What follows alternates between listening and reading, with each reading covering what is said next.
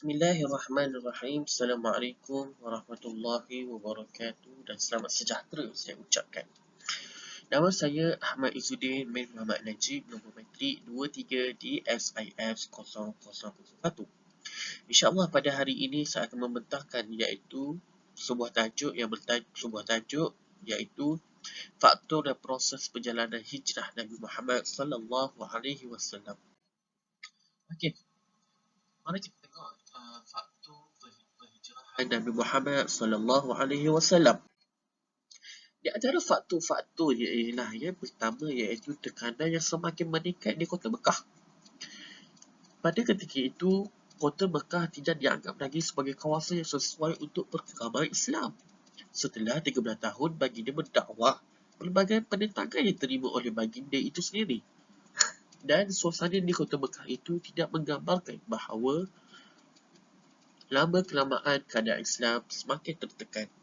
Yang kedua iaitu umat Islam semakin menderita kerana tindakan kaum Quraisy semakin hebat.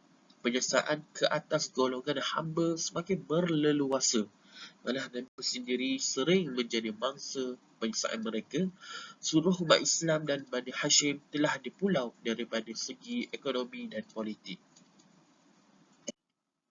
Dan yang ketiga iaitu kedudukan Madinah yang strategik. Madinah mempunyai kedudukan di tengah-tengah jalan perdagangan antara Yaman di selatan dan Syam di utara. Kedudukan ini membolehkan Madinah menyaingi kota Mekah sebagai pusat perdagangan yang baharu. Malah kabilah-kabilah Quraisy terpaksa melalui Madinah jika ingin berurusan dengan Palestin dan Syam.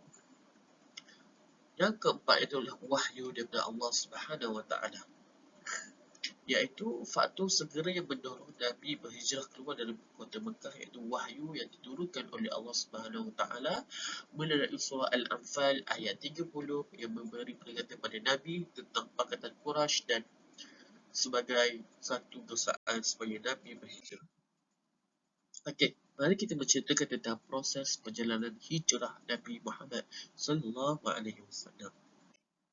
Okey, proses yang pertama iaitu pengepungan rumah Rasulullah. Pengepungan ini dibuat oleh 11 orang kaum musyrikin Mekah. Mereka telah bersepakat untuk bertemu di rumah Nabi selepas matahari berterang. Rasulullah sallallahu alaihi wasallam menyadari akan kehadiran kaum musyrikin, lalu Nabi memberikan selimut baginda kepada Ali bin Abu Talib dan berkata, "Tidurlah di tempatku, berselimutlah dengan burdah hijau yang berasal dari Hadramaut milikku ini. Gunakanlah untuk tidurmu sebab tidak ada sesuatu pun yang engkau benci mereka yang mampu mencegahmu." Maksudnya adalah mereka tidak akan mampu membahayakan Sayyidina Ali itu. Dan proses kedua, Rasulullah meninggalkan rumahnya. Baginda berjaya keluar dari rumah baginda di Mekah, lalu baginda menuju ke kediaman rumah Abu Bakar radhiyallahu anhu. Kemudian keduanya keluar melalui tingkap di bahagian belakang rumah Abu Bakar radhiyallahu anhu dan menuju ke Gua Thur ke arah Yaman. Rasulullah meyakini bahawa orang Quraisy berusaha sedaya upaya untuk memburunya. Jadi baginda mengambil jalan yang mencanggahi ke jalan utara. Proses yang ketiga adalah dari rumah ke gua. Baginda menempuh jalan sehingga akhirnya sampai ke sebuah bukit yang dikenal sebagai Jabal Thur, bukit yang tinggi dan jalan yang membukit, membuat sukar didaki dan membuat kaki baginda luka. Setelah tiba di mulut Gua Thur tersebut, Abu Bakar berkata, "Demi Allah, jangan engkau masuk dulu sebelum aku masuk. Jika ada sesuatu di dalamnya, biarlah aku mengalaminya saja." Setelah dilihat keadaan Gua Thur tersebut, maka barulah Abu Bakar berkata kepada baginda, "Masuklah wahai baginda." Rasulullah pun masuk ke dalam Gua Thur tersebut dan merebahkan kepala baginda ke pangkuan Abu Bakar lalu tertidur. Semasa baginda tidur, kaki Abu Bakar tersengat oleh kalajengking yang berada dalam lubang gua itu. Namun sedikit pun beliau tidak tergerak supaya Rasulullah sallallahu alaihi wasallam tidak tersedah, tetapi air mata jatuh ke muka Rasulullah. Lalu Rasulullah menawarkan bekas sekan itu dengan ludahan baginda, maka segeralah hilang kesakitan itu. Lalu mereka memutuskan untuk melakukan pengejaran untuk menangkap baginda dan Abu Bakar. Mereka menyekat semua jalan keluar jalan Mekah dengan meletakkan lelaki-lelaki bersenjata. Mereka juga menawarkan 100 ekor unta kepada siapa yang dapat membawa baginda dan Abu Bakar ke hadapan orang Quraisy, baik dalam keadaan hidup ataupun mati. Okey, mari kita tengok dalam yang seterusnya dalam perjalanan ke kota Madinah. Selepas 3 hari di Gua Thur, Abdullah bin Uraikid Al-Laith, penunjuk jalan yang mahir, tiba dan membawa mereka bersama kenderaan untuk mereka berdua. Mereka lalu menuju ke Yathrib, iaitu kota Madinah, bagi meneruskan perjalanan hijrah baginda.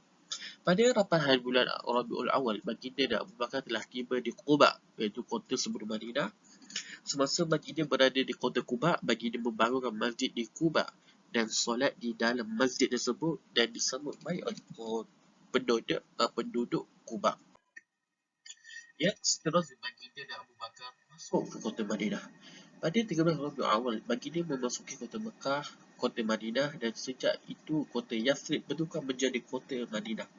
Penduduk Madinah bergemuruh menyambut kedatangan baginda dan tahmid, pujian dan takdis penyucian di Madinah. Baginda membentuk masyarakat yang percaya dan membentuk aliansi politik dan sosial dengan suku-suku setempat. Okey, di antara kesimpulan yang boleh dibuat ini adalah penginapan Rasulullah, perpindahan Rasulullah sudah cukup untuk memberi satu bukti yang nyata tentang apa yang ditegaskan di atas. Secara kasar, tindakan meninggalkan negara itu bererti menghilang atau melayakkannya. Pada hakikatnya, itulah sebenarnya bentuk pengorbanan dan pemeliharaan yang sejati. Boleh jadi pembelaan dan pengorbanan itu seolah-olah peninggalan dan pembelakangan. Baginda telah pulang setelah berada dalam buangan hijrah beberapa tahun ke bumi pertiwinya yang penduduknya pernah menghalau baginda dengan penuh kemegahan dan kekuatan tanpa diganggu oleh sesiapa pun. Sedangkan dahulunya semua orang menanti-nanti sahaja peluang baik untuk memusnahkan diri baginda. Tercapai segala-gala ini adalah hasil daripada teragaknya agama dan keagamaan. Sekian, terima kasih.